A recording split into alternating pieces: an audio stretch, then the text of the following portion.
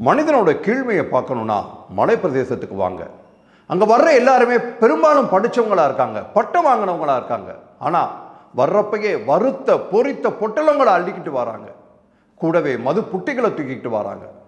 ஒரே சத்தம், இறைச்சல், அந்த அமைதியான அந்த இயற்கை சூழலை அலைக்கழிப்பது போல அவங்களுடைய ஹாரன் சத்தம், காரினுடைய ஹாரன் சத்தம், அந்த ஸ்டீரியோவை பயங்கரமாக அதிர விட்டு ஒரே இறைச்சலோட வராங்க. கூக்குரல், எங்கு பார்த்தாலும் கூக்குரல், வாந்தி, சத்தம், ஆட்டம், நடனம் அப்படின்னு சொல்லி அந்த இயற்கை சூழலையே வேறு ஒரு உலகத்துக்கு இட்டுட்டு போயிடுறாங்க.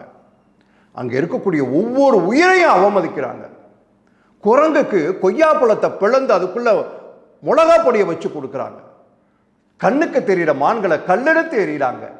யானைகள் குறுக்க வந்த ஹாரன் சத்தத்தால் அதை மிரட்டுறாங்க. இதை விட எனக்கு தாங்க முடியாத ஒரு வேதனை என்ன அப்படின்னு கேட்டிங்கன்னா, மது குப்பிகள். அந்த குப்பிகளை எடுத்து வீசிட்டு போகிறாங்க. அது மரத்தில் பட்டு உடைஞ்சு சில்லுகளாக மாறிடுது.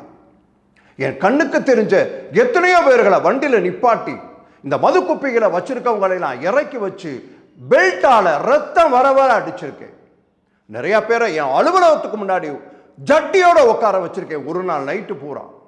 அப்படி இருந்தும் என்னால் குப்பிகளுடைய குவியலை அந்த மரத்தில் அந்த காட்டை சுற்றி என்னால் மாற்ற முடியல. குப்பிகள் நிறைந்து கொண்டே இருந்தது.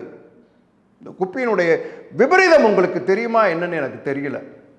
யானை தான் இதில் அதிகமாக பாதிக்கப்படுது. அந்த யானையினுடைய ஒவ்வொரு காலும் ஒரு நெல்லு மூட்டை மாதிரி, ஒரு மூட்டை மணல் மூட்டை மாதிரி இருக்கும். இவங்க உடைச்சு போடுற சில்லுகளை யதார்த்தமாக அது மிதிச்சிருச்சுன்னா அப்படியே அந்த பாட்டில் உள்ள போயிடும். இன்னும் 2 அடி எடுத்து வச்சுச்சுன்னா அதனுடைய தொடைப்பகுதி வரைக்கும் அது மேலே ஏறிடும். அப்படியே அந்த கண்ணாடி சில் 2 நாள் அவ்வளோதான். அந்த யானை துடிதுடித்து போகும், துடிதுடித்து போகும்.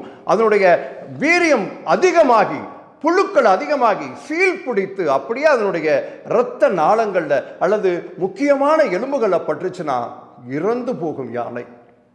சீல் பிடித்த கால்களோடு, பெருத்த கால்களோடு 4-5 நாட்கள் நடக்க முடியாமல் அது நடந்து போற அரோக காட்சியை நீங்க பார்த்திருக்கிறீங்களா?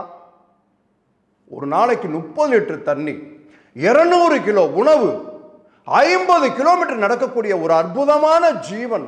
அந்த ஜீவனை அந்த நீங்க போடுற மது குப்பையினுடைய அந்த கண்ணாடி சில்கள் அந்த கால்களில் ஏறி அதை கொடூரமாக்கி 3 நாள் 4 நாட்களே அது முடங்கி போயிடும். உருக்குலைந்து போகும். தெரியுமா உங்களுக்கு? பார்த்துருக்கீங்களா? உருக்குலைந்து போகும். அதால நடக்க முடியாது. என்னென்னமோ பண்ணி பார்க்கும், அதால முடியாது. ஒரு மரத்தின் மீது சாய்ந்து கொண்டு பரிதாபமாக அப்படியே கீழே சரிந்து விழுந்து யானை போல், பாறை போல் பெரித்து போன வயிறோடு அது துடிதுடித்து சாகின்ற காட்சி நீங்க பார்த்திருக்கீங்களா? சுத்தி மற்ற யானையெல்லாம் பிளிரும், பரிதவிக்கும். துதிக்கையும் வாழையும் மாத்திர ஆட்டிக்கொண்டு கண்ணை திறந்து மூடிக்கிட்டு அது நடுங்குவதை நீங்க பார்த்திருக்கீங்களா? செத்து போகும் யானை. ஆனா அது செத்தது கூட தெரியாம மற்ற யானைகள்லாம் அதை சுத்தி கதரும் அலங்கோலத்தை, அந்த அலறலை நீங்க கேட்டிருப்பீங்களான்னு எனக்கு தெரியாது. நான் கேட்டிருக்கேன், நான் பார்த்திருக்கேன். பைரனோட கவிதை வரிகள் இந்த காட்டுல செக்கச்சிவந்த செந்தணல் வீசக்கூடிய அந்த டாக்டர் கேயின் முகத்திலிருந்து நான் கேட்டிருக்கேன்.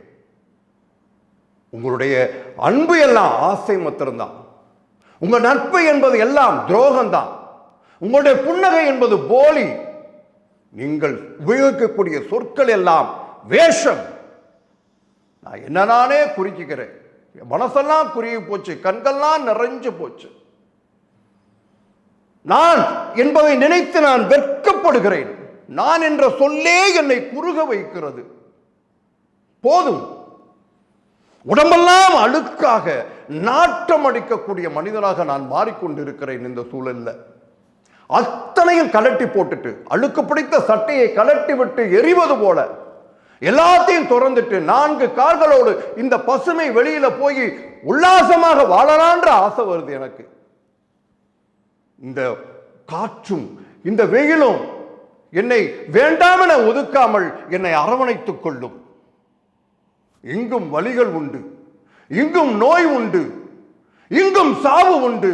ஆனால் கீழ்மை இல்லை, ஒரு துளி கூட கீழ்மை இல்லை, ஒரு துளி கூட கீழ்மையில்லை.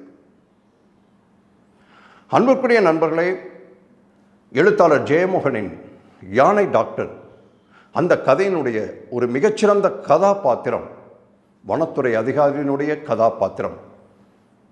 உங்கள் கதாபாத்திரத்தின் மூலம் உங்களை நான் சந்தித்திருக்கிறேன். வாழ்த்துக்கள். நன்றி.